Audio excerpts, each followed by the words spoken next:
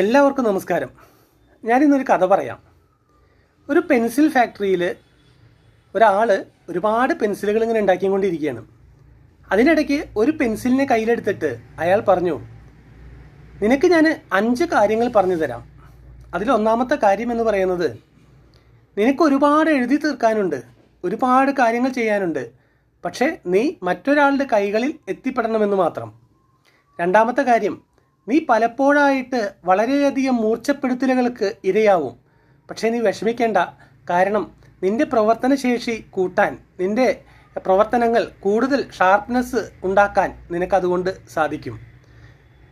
മൂന്നാമതായിട്ട് അയാൾ പറഞ്ഞു, നീ ഏറ്റവും കാതലായിട്ടുള്ള ഭാഗം നിന്റെ ഉള്ളു തന്നെയാണ്.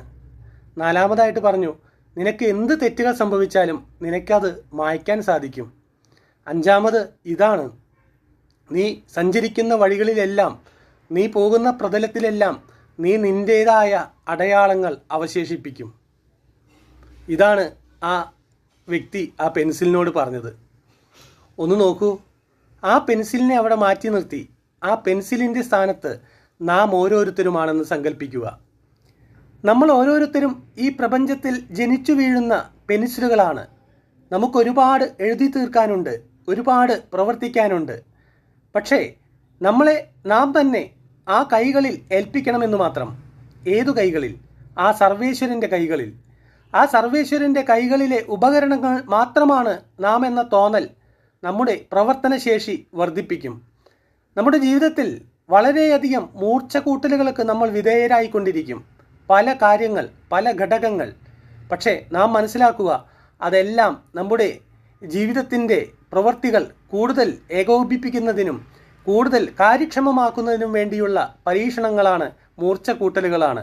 അതിലൊന്നും നാം തളർന്നു പോകുന്നതല്ല. മൂന്നാമതായിട്ട് നമുക്കറിയാം, ഏറ്റവും കാതലായ ഭാഗം നമ്മുടെ ഉള്ളിലാണ്. നമ്മുടെ ഓരോരുത്തരുടെയും ആത്മാവാണ് നമുക്ക് ഏറ്റവും പ്രധാനപ്പെട്ടത്. ആ ആത്മാവ് നഷ്ടപ്പെട്ടു കഴിഞ്ഞാൽ പിന്നെ ജീർണിക്കുന്ന ജഡങ്ങളാണ് ഈ ശരീരങ്ങളെല്ലാം. അതുകൊണ്ട് ബഹുമാനിക്കുക, സ്നേഹിക്കുക ആ ആത്മാവിനെ. എൻ്റെ ഉള്ളിലും നിൻ്റെ ഉള്ളിലുമുള്ളത് ഒരേ ചൈതന്യമാണ്, ഒരേ ആത്മചൈതന്യമാണെന്ന് തിരിച്ചറിയുക, പരസ്പരം ബഹുമാനിക്കുക. നാലാമതായി ഒന്ന് മനസ്സിലാക്കുക, നമുക്കെല്ലാവർക്കും തെറ്റ് തിരുത്താനുള്ള ശക്തിയുണ്ട്, അറിവുണ്ട്. തെറ്റുകൾ പറ്റാത്തതായി ആരുമില്ല. നമുക്ക് തെറ്റുകൾ പറ്റിക്കൊണ്ടിരിക്കും. പക്ഷേ നമ്മൾ അത് തിരുത്താൻ സന്നദ്ധനാവണം എന്ന് മാത്രം. തെറ്റുകൾ തെറ്റുകളാണെന്ന് തിരിച്ചറിയാനുള്ള ജ്ഞാനവും തെറ്റുകൾ തിരുത്താനുള്ള മനസ്സുമുണ്ടെങ്കിൽ നമുക്ക് മാറ്റാൻ പറ്റാത്ത തെറ്റുകളൊന്നും തന്നെയില്ല. അഞ്ചാമതായി, നാം സഞ്ചരിക്കുന്ന വഴികളിൽ നമ്മൾ നമ്മുടേതായ അടയാളങ്ങൾ പാകപ്പെടുത്തിക്കൊണ്ടേയിരിക്കണം. നമ്മുടെ പ്രവൃത്തികൾ, നമ്മുടെ ചിന്തകൾ, നമ്മുടെ സദ്വഴികൾ, ഇതെല്ലാം നമുക്ക് പിന്നിൽ വരുന്ന ഒരു തലമുറയ്ക്ക് വേണ്ടി നമ്മൾ അടയാളപ്പെടുത്തി വെക്കണം. ചില ഹൃദയങ്ങളിലെങ്കിലും നമ്മുടെ മരണശേഷവും നമുക്ക് ജീവിച്ചിരിക്കണം. അത് നാം ഇവിടെ ഉണ്ടായിരുന്നു എന്നതിൻ്റെ ഒരു അടയാളപ്പെടുത്തലായിരിക്കണം. ആ അടയാളപ്പെടുത്തലിൽ കൂടെ വീണ്ടും കൽപ്പാന്തകാലത്തോളം നമുക്ക് ഈ ഭൂമിയിൽ ജീവിച്ചുകൊണ്ടേയിരിക്കണം. ഈ കഥ എല്ലാവർക്കും ഇഷ്ടമായി എന്ന് വിശ്വസിക്കുന്നു. നന്ദി, നമസ്കാരം.